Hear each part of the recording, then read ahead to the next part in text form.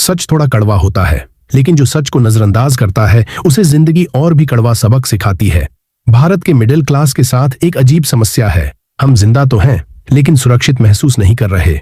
हर 10 में से 7 लोग तनख्वाह आते ही खुश होते हैं और तनख्वाह खत्म होते ही तनाव में। 65% लोगों के पास अगर इमरजेंसी आ जाए तो 6 महीने दूर 2 से 3 महीने का बैकअप भी नहीं होता। और सबसे बड़ी सच्चाई, रिटायरमेंट के बाद 90% लोग आर्थिक रूप से दूसरों पर निर्भर हो जाते हैं। अब एक सवाल पूछता हूँ, एकदम ईमानदारी से जवाब देना। अगर आज आपका काम बंद हो जाए तो कल का खाना, अगले महीने का किराया और EMI का क्या होगा? कोई प्लान है? आप कितने महीने सर्वाइव कर सकते हो? और अगर जवाब साफ नहीं है तो समस्या पैसा नहीं, प्लानिंग है। इसी प्लानिंग का समाधान है 5 ईयर फाइनेंशियल फ्रीडम प्लान, जो मिडिल क्लास के लिए थियरी नहीं बल्कि प्रैक्टिकल रियलिटी है। इसलिए आज इस वीडियो में मैं आपको यही सिखाऊंगा कि कैसे आप 5 साल में फाइनेंशियल फ्रीडम हासिल कर सकते हैं। ना फालतू ज्ञान, ना हवाई बातें, बस एक practical step by step plan, जिसे अगर आपने डिसिप्लिन से फॉलो किया तो 5 साल में आपकी जिंदगी की काया पलट सकती है।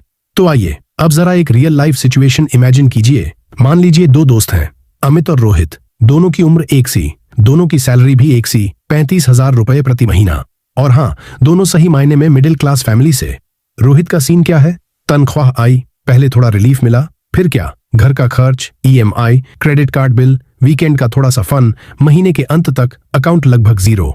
जो थोड़ा बहुत बचा वो सेविंग अकाउंट में चला गया। इन्वेस्टमेंट, अरे यार अभी थोड़ा सेटल हो जाने दो, अगले साल से पक्का शुरू करेंगे।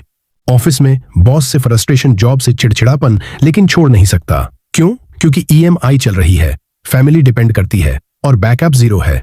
अब अमित को देखिए, तनख्वाह आई, रिलीफ उसे भी मिला, लेकिन उसका एक रूल है, पहले अपने फ्यूचर को पैसा दो। इसलिए सबसे पहले सेविंग, फिर इन्वेस्टमेंट। जो बचता है उसमें लाइफ एंजॉय।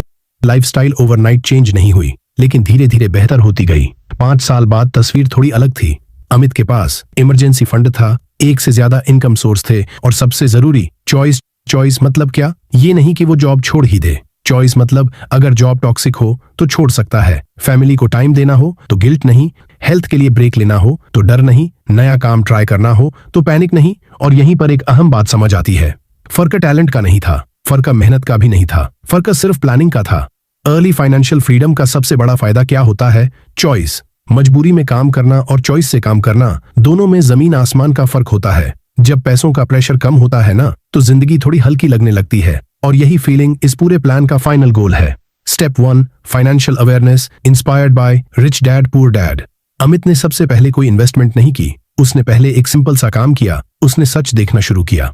क्योंकि जब तक आप अपनी फाइनेंशियल रियलिटी से भागते रहते हो ना, तब तक कोई भी प्लान काम नहीं करता। रिच डैड पुअर डैड की सबसे बड़ी लर्निंग क्या है? ये इस बारे में नहीं है कि आप कितना कमाते हो, ये इस बारे में है कि आप कितना बचाते हो और उसे कैसे इस्तेमाल करते हो। इसलिए स्टेप 1 का नाम है रियलिटी चेक। आपको 3 सवालों का बिल्कुल क्लियर जवाब चाहिए। मैं हर महीने एग्जैक्टली कितना कमा रहा हूँ, मैं एग्जैक्टली कहाँ खर्च कर रहा हूँ, और सबसे इंपॉर्टेंट, कितना पैसा बिना सोचे समझे उड़ जाता है। अक्सर लोग यहीं पर अनकंफर्टेबल फील करते हैं, क्योंकि जब नंबर्स सामने आते हैं ना, तो एक्सक्यूजेस काम नहीं करते। एक सिंपल रूल याद रखो, अगर आप पैसे को ट्रैक नहीं करते तो पैसा कभी आपकी इज्जत नहीं करता। और ट्रस्ट मी, मिडिल क्लास के लिए ये रूल और भी ज्यादा इंपॉर्टेंट है। अब प्रैक्टिकल एक्शन सुनो, सिंपल और डुएबल। कोई फैंसी ऐप की जरूरत नहीं, नोट्स ऐप भी काम कर जाएगा। बस 30 दिन के लिए एक प्रॉमिस करो, मैं हर खर्च लिखूंगा, छोटा हो या बड़ा। फिर हर एक्सपेंस को सिर्फ 3 बॉक्सेस में डालो।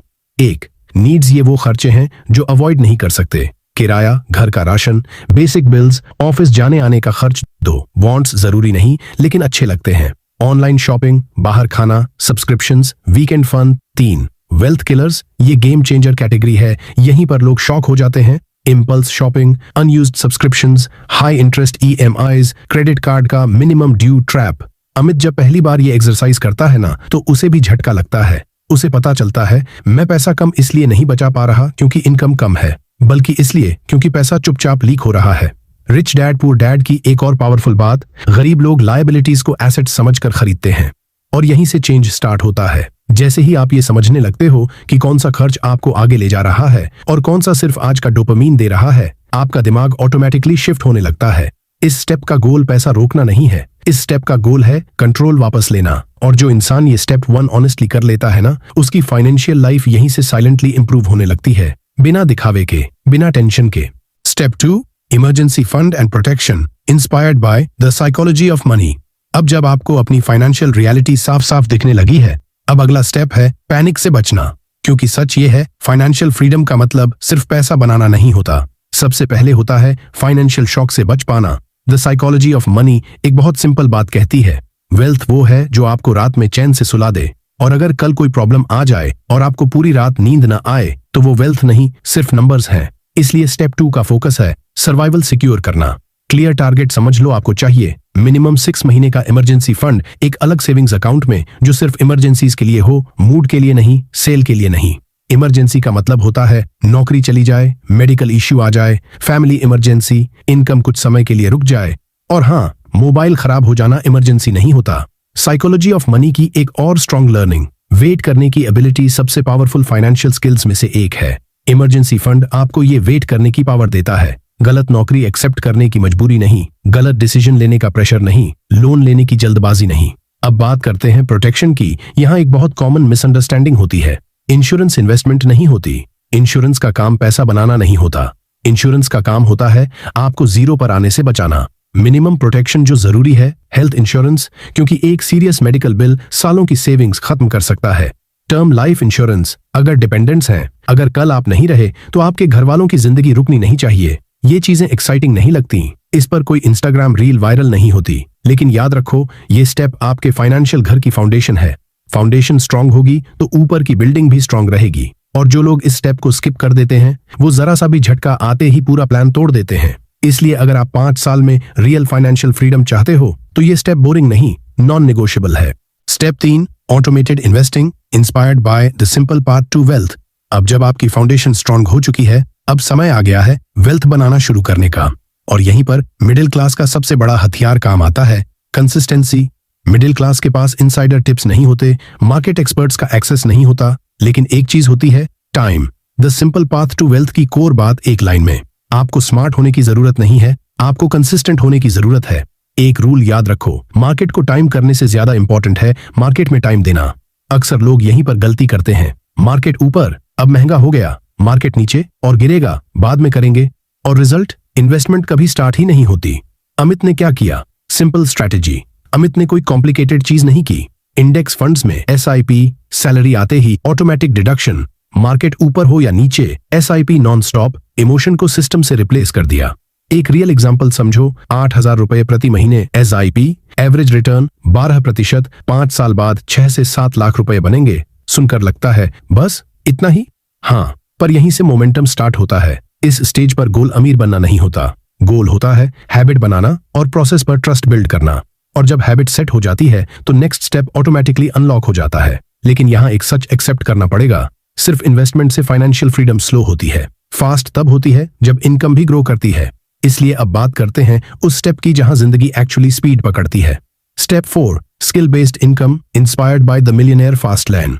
द मिलियनेयर फास्ट लेन एक ब्लंट बात कहती है, अगर आप एक ही इनकम पर डिपेंड करते हो तो आप डिजास्टर से सिर्फ एक डिसीजन दूर हो। और मिडिल क्लास ये बात रोज एक्सपीरियंस करता है। सिर्फ सैलरी पर डिपेंड रहकर फाइनेंशियल फ्रीडम मुश्किल होती है। इसलिए स्टेप 4 का फोकस है स्किल से इनकम बनाना। टारगेट बिल्कुल क्लियर है, आपको चाहिए एक हाई इनकम स्किल जो मार्केट डिमांड में हो और जो आगे जाकर मेन इनकम बन सके। Examples, writing, video editing, AI tools, freelancing, consulting. आज स्किल सीखना पहले से कहीं ज्यादा इजी है। यूट्यूब, कोर्सेज, प्रैक्टिस सब फ्री या अफोर्डेबल है। एक लाइन याद रखो, जॉब सिक्योरिटी एक मिथ है, स्किल सिक्योरिटी रियल है। जॉब आज है, कल नहीं भी हो सकती है, लेकिन स्किल अगर हाथ में है तो इनकम कहीं से भी निकल आती है। इस स्टेप का मैजिक क्या है? इन्वेस्टमेंट को फ्यूल मिलता है, इमरजेंसी फंड फास्ट बनता है, और सबसे इंपॉर्टेंट कॉन्फिडेंस आता है। कॉन्फिडेंस की मैं सिर्फ सैलरी पर डिपेंडेंट नहीं हूं। और जब ये फीलिंग आ जाती है तो लास्ट स्टेप बस डिसिप्लिन का गेम रह जाता है। Step 5, lifestyle control and long term vision inspired by your money और योर लाइफ। अब तक आपने पैसा समझना सीख लिया है, इमरजेंसी से बचना भी आ गया है, इन्वेस्टमेंट चल रही है, इनकम ग्रो करने का सिस्टम भी बन गया है। अब एक आखिरी चैलेंज बचता है, आप खुद। क्योंकि जैसे जैसे इनकम बढ़ती है, टेम्पटेशन भी साथ साथ बढ़ता है। योर मनी और योर लाइफ एक सिंपल सवाल पूछती है, क्या ये खर्च वाकई आपको खुशी खरीद कर दे रहा है या सिर्फ एक शॉर्ट टर्म फीलिंग है? यहीं से स्टेप 5 शुरू होता है, lifestyle control plus long term vision.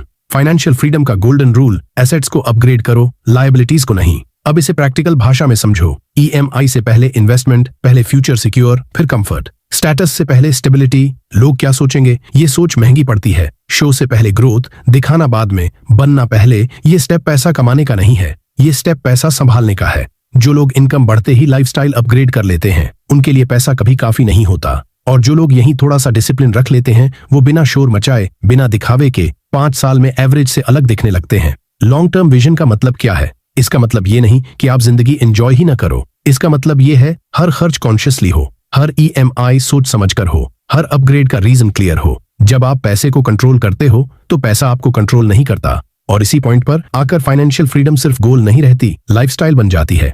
दोस्तों, सच ये है, फाइनेंशियल फ्रीडम 5 साल में पॉसिबल है, पर इजी नहीं है। इसमें सैक्रिफाइस है, इसमें पेशेंस है, और सबसे ज्यादा सेल्फ कंट्रोल है। लेकिन याद रखो, डिसिप्लिन का दर्द हमेशा रिग्रेट के दर्द से सस्ता होता है। आज चॉइस आपके हाथ में है, 5 साल बाद भी वही कंप्लेंट्स या 5 साल बाद कंट्रोल और कॉन्फिडेंस। अगर आप सीरियसली अपनी लाइफ बदलना चाहते हो तो इस प्लान को सिर्फ देखो मत, फॉलो करो। और हमारे YouTube चैनल को सब्सक्राइब करना मत भूलना, ये आपकी फाइनेंशियल फ्रीडम जर्नी में वाकई बहुत मदद करेगा।